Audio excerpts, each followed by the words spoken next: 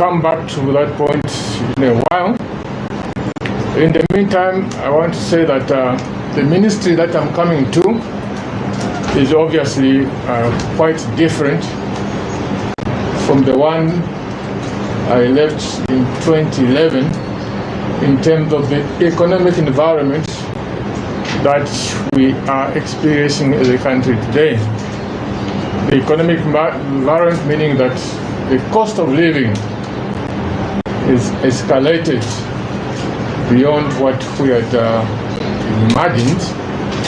Obviously, the exchange rate where it is today or where it has reached, none of us ever dreamt that $1 one day would cost even 20 kwacha. Because those days, if it reached 5 or even 6, there would be panic. But today, that is the situation. The dollar has become very expensive. But all this really, in summary, is that the people of Zambia are stressing. Economically, the people of Zambia are stressing. I must also add that this stress, this economic stress, has its roots here in the Ministry of Finance.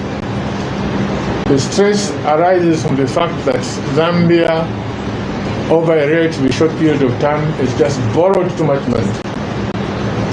Borrowed too much money, meaning that as we pay back, there's little liquidity for those running businesses to have customers, meaning that it has become hard for the government to hire essential workers such as teachers,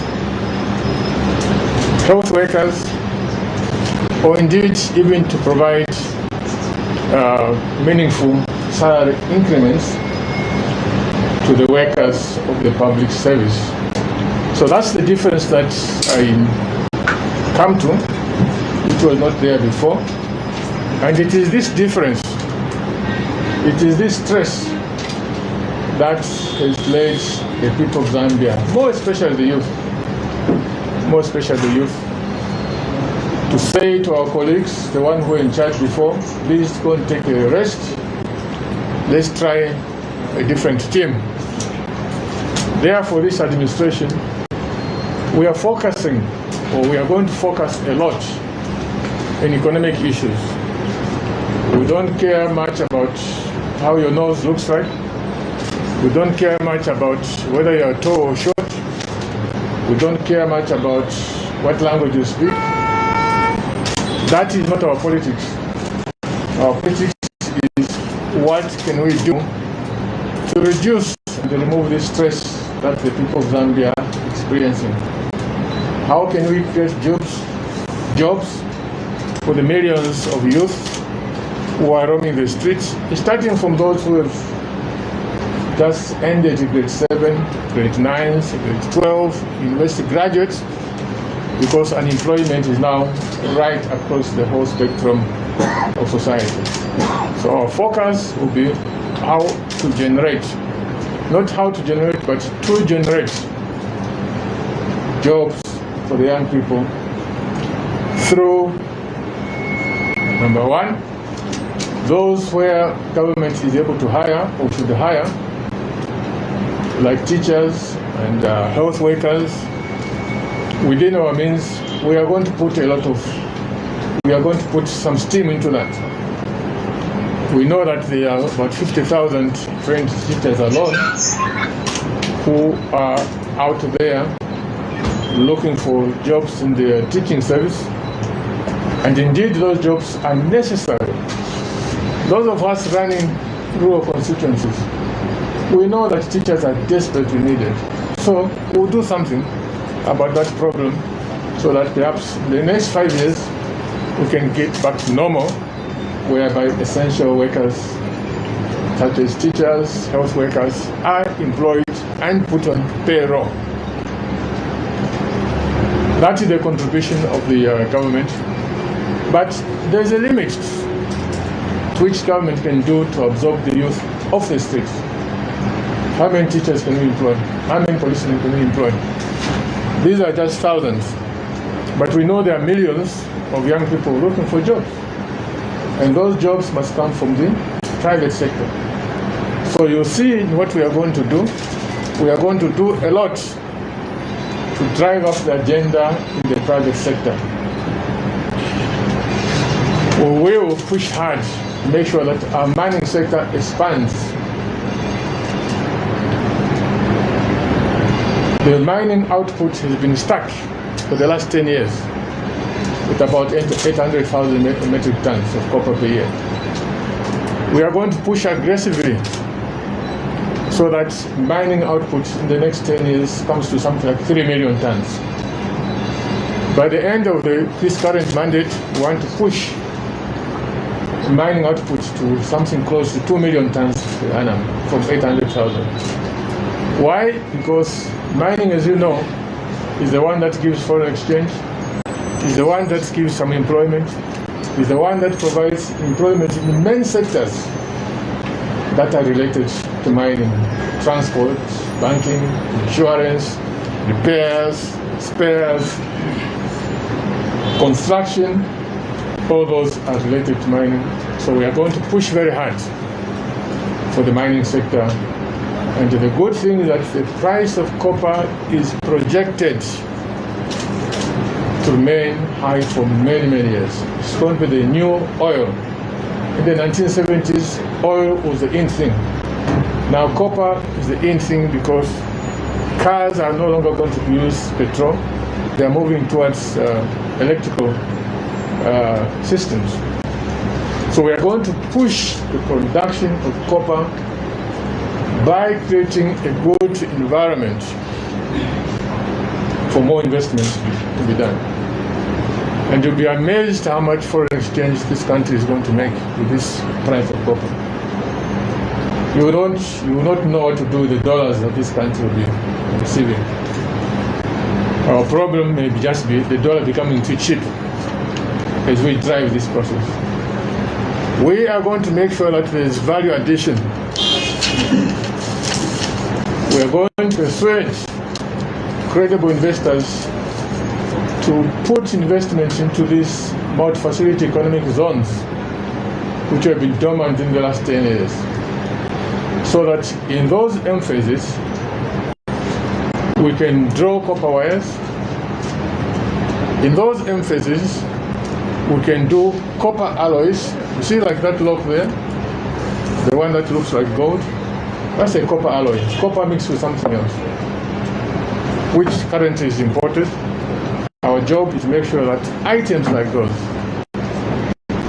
items like fridges, which use a lot of copper, items like starter motors, we are going to push to make sure that those populate the special or multi-facility economic zones, so that you, the young people, have a wider choice of jobs to get into. These juices that we import from South Africa, whether it is mango juice, whether it is orange juice, whether it's purple juice, we want to be the ones exporting those items into South Africa, into Europe, into the Americans. So there's going to be aggression to make sure that we produce these items in large quantities, value process within Zambia, and export. So this cotton, we will make sure that our farmers would get good incentives to grow cotton so that it is spun here. Out of that, we make cloth. Out of that, we are the ones to be exporting jeans, t-shirts, shirts, bed sheets, and so forth. So this is just a brief flavor of the agenda that we have to drive the economy to grow. 10 years ago, people were saying economic growth doesn't matter. Now you have seen for yourself what happens when there is no economic growth. You have seen for yourself when you have negative economic growth.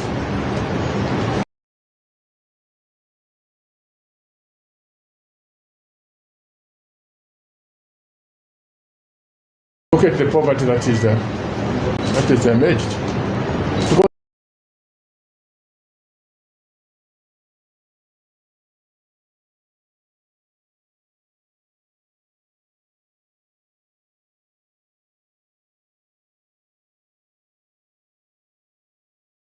down. And that's not surprising because the growth of the economy is done what? It's gotten a nosedive. So our challenge is to stop the economy declining, put it in the opposite direction very aggressively. And I want to say,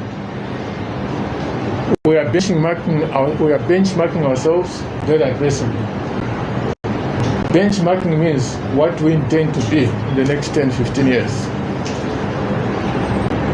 We want to be like Mauritius. We want to be like Malaysia. We want to be like Thailand. So that the wheels of the economy grow. It's no longer about saying we want economic growth, but really we want to transform. So this is what the leadership of President Hakainde is bringing to the table, how to transform this economy beyond anything that we've ever seen before. It's a very aggressive. Now, to my colleagues here in the Ministry of Finance, you've got a flavor of what we're aiming at. And we are the ones to facilitate that by making sure that money that is wasted in frivolous things is now invested into things that matter. When I talk about, for example,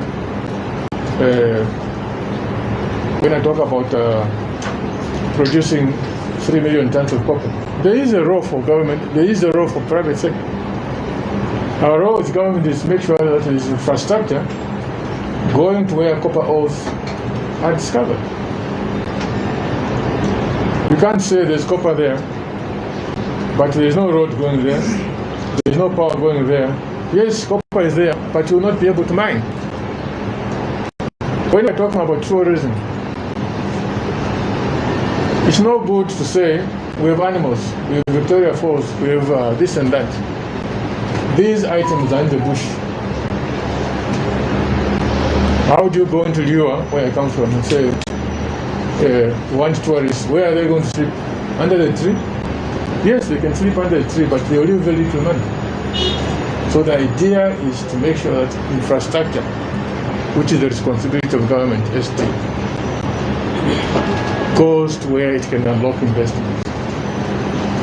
That's our duty at the Ministry of Finance. Our duty is to make sure that we collect taxes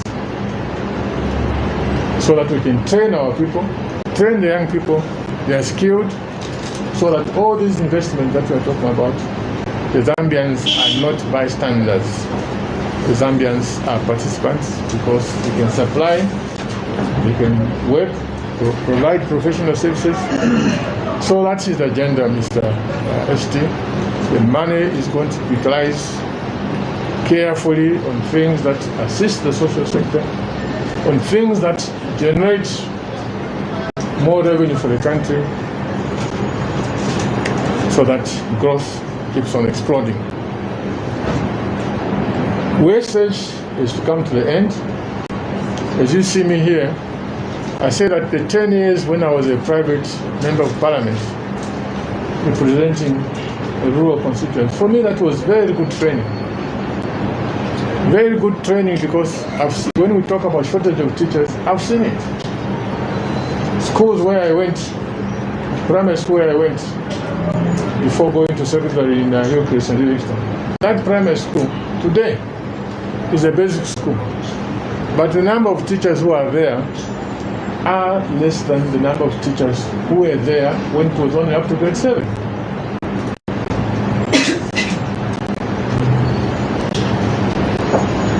So that's why you heard the president talking about taking money to where it belongs. That is us here at the Ministry of Finance. No useless seminars, no useless trips, because that money must be saved to go to where the rural people are suffering. Things that I've seen with my own eyes in the last 10 years. Many of you have never slept in a swamp. I've slept in a swamp. Maybe one of these days we should go in and sleep in a swamp so that you see what we are talking about. Issues of corruption. No one will protect you If you are found in corruption, straight away to ACC. No one will protect you. So if there were schemes like that, say bye-bye to them. Issues of failing to deliver service. Come tomorrow, come tomorrow. License is taking 7 years to produce. I've seen situations like that. We are going to agree, ST, we'll call the private sector. What kind of service do we deliver here? ABC. We agree that if an application for a particular license or something like that, if all the paperwork is correct, we have to commit ourselves that within X number of days, without question, this service must be delivered. If we don't deliver, the one who is supposed to deliver on that, we have to answer questions. Serious questions. Serious questions. Commissioner General, I believe you've already started some of those things, but we are going to push very hard to make sure that we provide service to the people. Let me end here, because I've actually gone beyond what I've intended. We'll take a limited number of questions so that we free from this hazard here. So let's be prudent with questions. There's a huge number of us here. Introduce yourself and the institution you're coming from. Get straight to the questions. We'll start with the gentleman and the lady there. Good morning, Honourable. Congratulations on your appointment. I am Jimmy Kamasha from CBC Television. There have been calls from various sectors for the reappointment of the new bank governor, a central bank governor. I want to know what your take is on that. Are you going to consider that, or what's your plan? That is beyond me. The bank governor is a presidential appointment. So if you get an opportunity to ask the president, I can't answer it. I'm sorry. Thank you so much. But thank you for the question. Thank you. We'll take the lady here and the other lady there. Thank you so much. I've got two burning questions. If I don't ask them, I'll collapse. So with your permission, please allow me to. The first question is, about a year and 3 months ago, government did engage an international financial advisor to help restructure the debt situation. And your government was in the forefront of saying... Your party. No, your government, your present government, when that was announced, they actually condemned the acts to say we could have involved the local. And I understand that the contract was for 3 years. So I wanted to find out how we're going to continue working with Lazard in terms of restructuring the debt. Then my other question is, you've talked about the mining sector, where you said the issues of copper, but we know for a fact that the percentage that we hold in these mines is very minimal. That's why we've not been having these resources. Are we going to see policies change that are going to compel these foreign investors to bank their resources back in Zambia? Because we know that the reason we are not benefiting is because these resources keep going out. So, thank you, madam. Okay, on the first one, on the first question, let me say that we don't come in office with vindictiveness. So members of staff should not feel that we are here to profile people and say this one no, this one yes, and so forth. No, it all depends on merit. So similarly, on a question like that one, we'll look at the situation. We said it without total information. We will look at the situation. If our fears then are confirmed, then of course that's a different route. But if we feel there might be some value, who knows? So we'll look at the situation, we'll make a recommendation to the president, then we agree on the way forward. On the mining sector, first of all, yes, there's always the risk that you don't gain as much as possible. That is true. And we must examine, but you see, we must examine case by case. Don't just say the mining sector, we don't get anything. Break it down.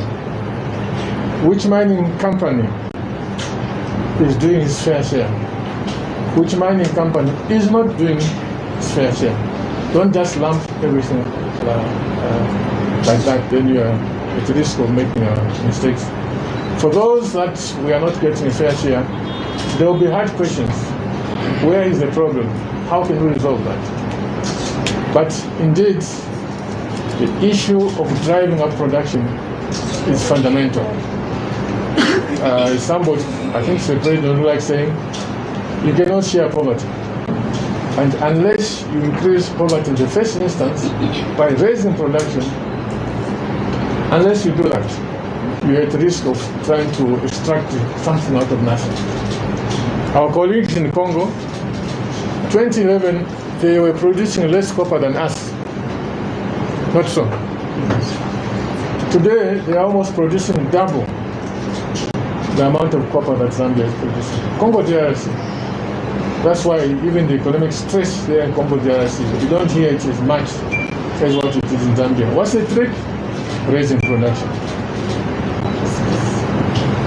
We'll get the question from Reuters and the lady there. Well, my name is Chris Mfla from Reuters. Kindly speak up, sir. My name is Chris Mfla from Reuters.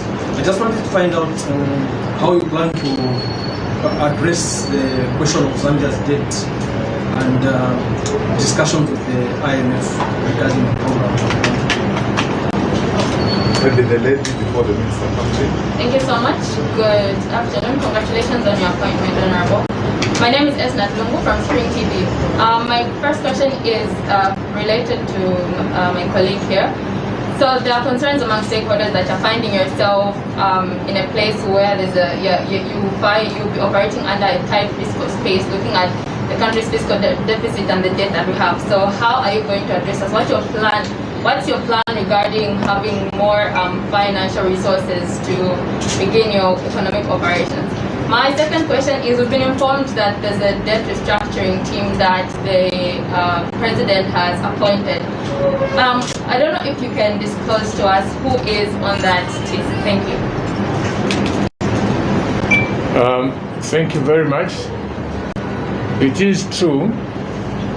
I don't have the numbers because I was outside, but generally speaking, everybody knows that the budget is under stress. It is under stress because unless we do something to the debt, then the budget is going to be budgets mainly for paying salaries and also servicing debt. The numbers that we were seeing last year showed that out of the kwacha of revenue, before you introduce borrowing and things like that, out of every kwacha of revenue, 90% was going to pay salaries and service the debt, leaving only 10 away. So unless we do something about the debt, this is going to be a budget for paying salaries and servicing the debt. Obviously, that is meaningless. So the answer is to talk to the people who owe money, creditors, so that we pay at a slower pace, stretched over a longer period of time, so that we unlock or release cash for us to be able to do something more meaningful in the budget. The process towards that is that the ones you owe money, they'll ask you a question. You want me to stretch the payments? Yes. But what guarantee do you give me that if I give you that kind of relief, you'll still be able to pay me? What's the guarantee? The guarantee is that you must have somebody who is the referee, who is the authenticator, and say, these chaps who are in office now, they are correcting the economic situation. They are building up the growth of the economy. There will be more money coming in the country. Therefore, it makes sense to give them a relief, to pay over a longer period of time, because they will be able to pay because the economy is changing. That authenticator is the IMF. That's why we've been hearing us talking so much about an IMF program. It is important that we get an IMF program so that we do the necessary reform, convince the creditors that we are serious, will be able to pay back, and of course, not just the creditors, for the good of the Zambian people who benefit from the released resources from debt payment. So, I still have to get a full brief from the ST and the team at the Bank of Zambia to tell me where we are with the program for the IMF. We are determined that maybe October, November, we should, if possible, even September, we should conclude the discussions, because there have been discussions. We don't know where the hitches are. We'll learn now. September, October, we should conclude the issue of the program, go to the creditors, here are our books, this is what we are doing to clean up, so let's agree to stretch the payments so that the budget for next year has meaningful numbers. Beyond that, I think there are some things that are positive for us. The Commissioner General was briefing me that the revenue inflows have improved, obviously because of higher copper prices, but also it tells me collection methods are better. We have also been told that the IMF, due to this COVID problem, they are basically giving everybody, every member country, 1.1? 1.3 billion dollars, yes. 1.3 billion dollars. 1.3 billion US dollars. And it has already come. It has already come. Okay? So we have to examine the rules of the IMF and see how that money can be useful to us. So there are these positive elements that are coming through. I think the World Bank, we had a discussion the other day also. They say there is some money that we can access quickly to put in the budget for next year. So combination of debt rearrangement, the money from the IMF, the money from the World Bank, improved revenue from ZRI, I can almost guarantee that the stress on you, the citizens of Zambia, will definitely be less next year.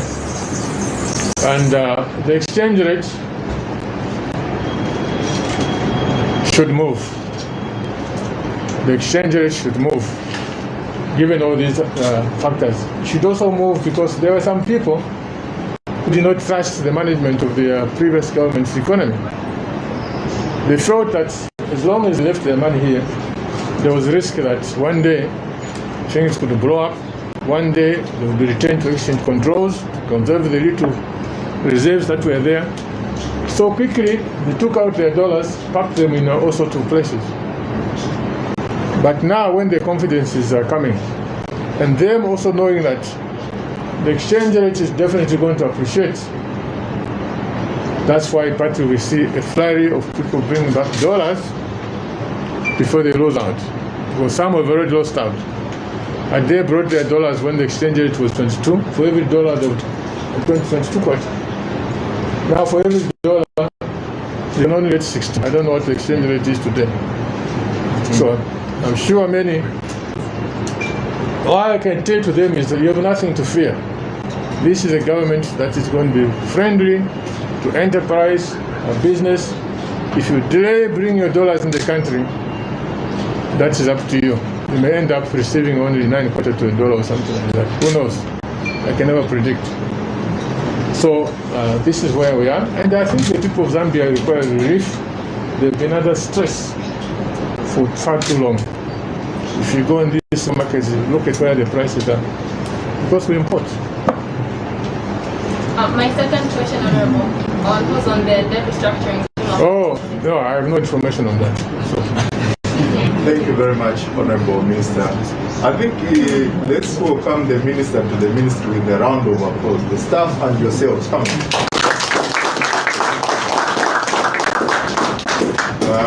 I'm sure there will be more engagements. Let's allow the Minister to proceed to his next assignment. Let's digest what he has shared with us.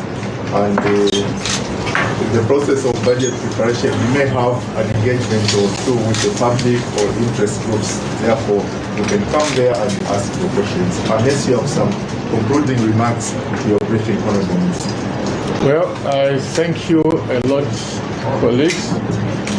We shall definitely be engaging you so that you know where we are at every stage. But remember, our focus is to make all of you to enjoy your citizenship of this country through better living standards. That's our focus. Thank you so much. Have a good day.